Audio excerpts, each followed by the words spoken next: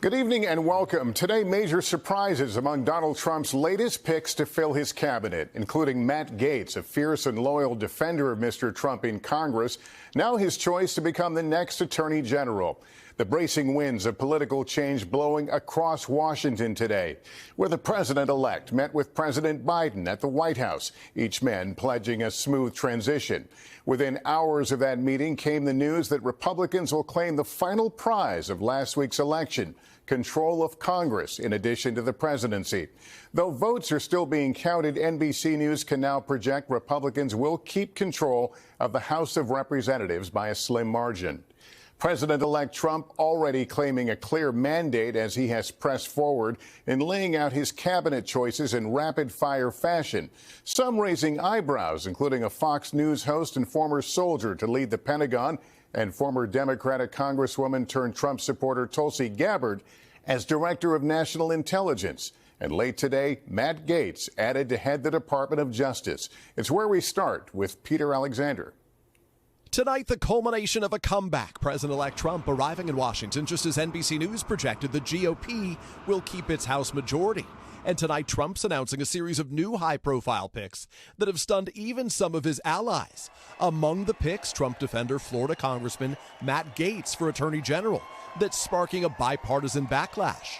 All of it as President Biden welcomed the president-elect to the White House, including a handshake inside the Oval Office. Mr. President-elect and former President, thank you. Donald, congratulations. Thank you.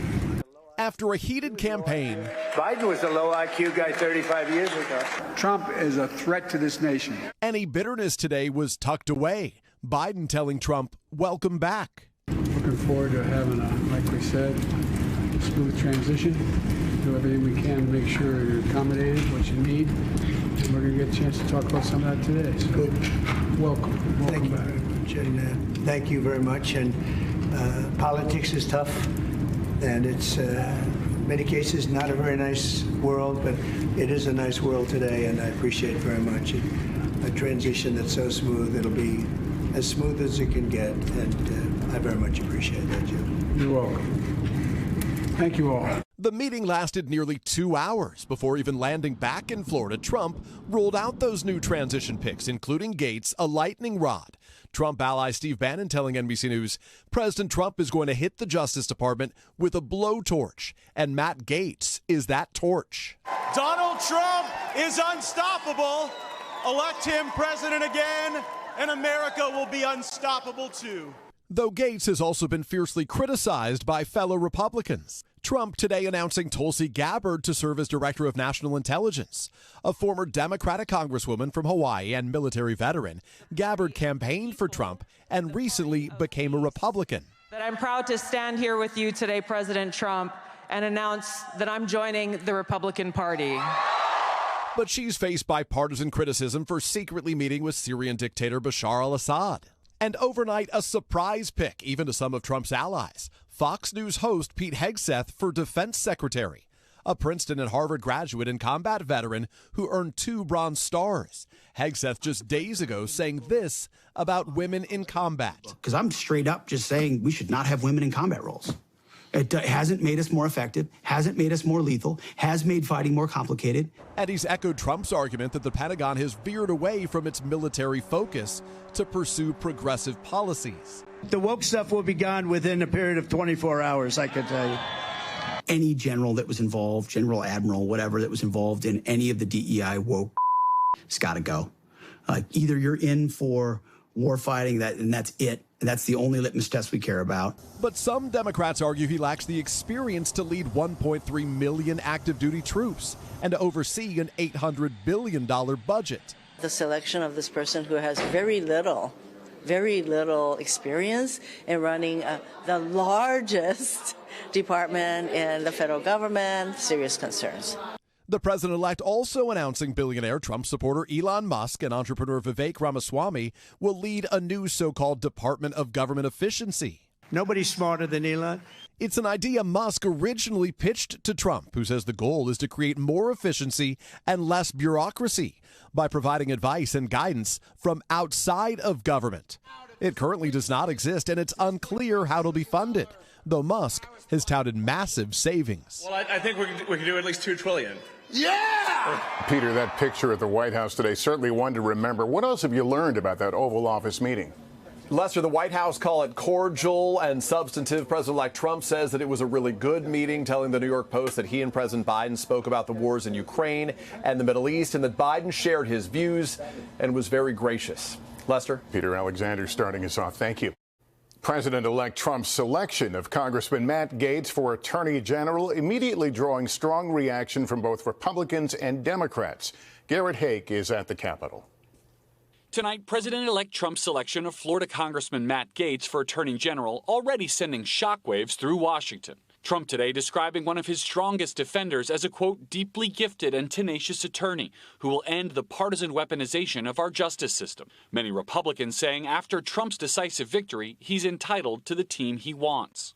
I like Matt a lot. I know him very well, and I'm confident that if the Senate confirms him, he would do a good job. But he's also facing bipartisan backlash from both Democrats. This feels like a red alert moment for democracy. I would describe it as God-tier level trolling. And Republicans. Mr. Gaetz breaks things to breaks things, and then once he breaks it even more. And that is somebody who should not be the Attorney General of the United States. Gaetz has built a reputation for fiercely defending the president-elect and repeatedly going after DOJ officials, including FBI Director Christopher Wray. You preside over the FBI that has the lowest level of trust in the FBI's history. Tonight, Gaetz texting me, quote, I'm honored by the president's trust and confidence. Trump has repeatedly attacked the legal battles he faced as political prosecutions and has had rocky relationships with his previous attorney generals, including Jeff Sessions. And I put an attorney general that never took control of the Justice Department, Jeff Sessions. In Gaetz, he would have an AG that, critics say, would be more willing to do his bidding. Gaetz would have to be confirmed by a Republican Senate.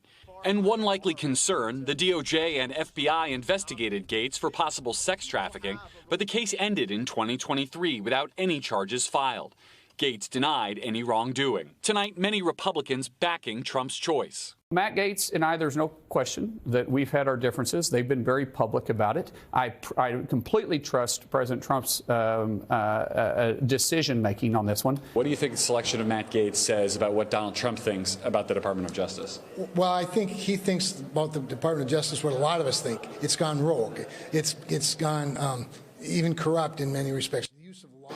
Trump also making his selection of Marco Rubio to be his Secretary of State official today. Senator Rubio should be confirmed relatively easily, but several of these other picks could face difficult confirmation battles, and we now know who will lead the charge on those battles. It's new Senate Majority Leader John Thune of South Dakota, who was elected just today. Lester? All right, Garrett Haake, thank you. We heard the reaction on Capitol Hill to the Gaetz pick. Laura Jarrett is tracking reaction inside the Justice Department. What's being said there tonight? Lester, the reaction has been swift and it has been, frankly, scathing. Multiple current and former Justice Department officials telling NBC News tonight this pick is, quote, insane, stunning. One telling me, quote, he is the least qualified person ever nominated for any position in the Department of Justice. Now, the concern here is twofold.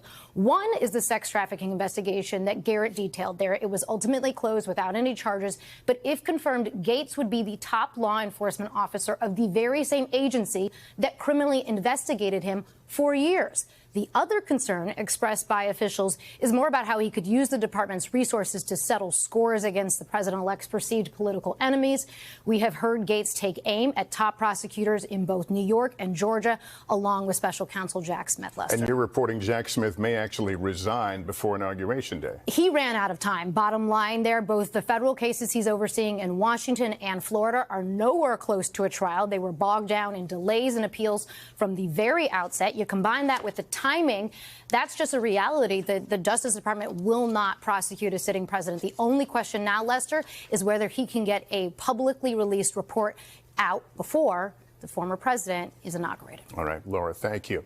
Thanks for watching. Stay updated about breaking news and top stories on the NBC News app or follow us on social media.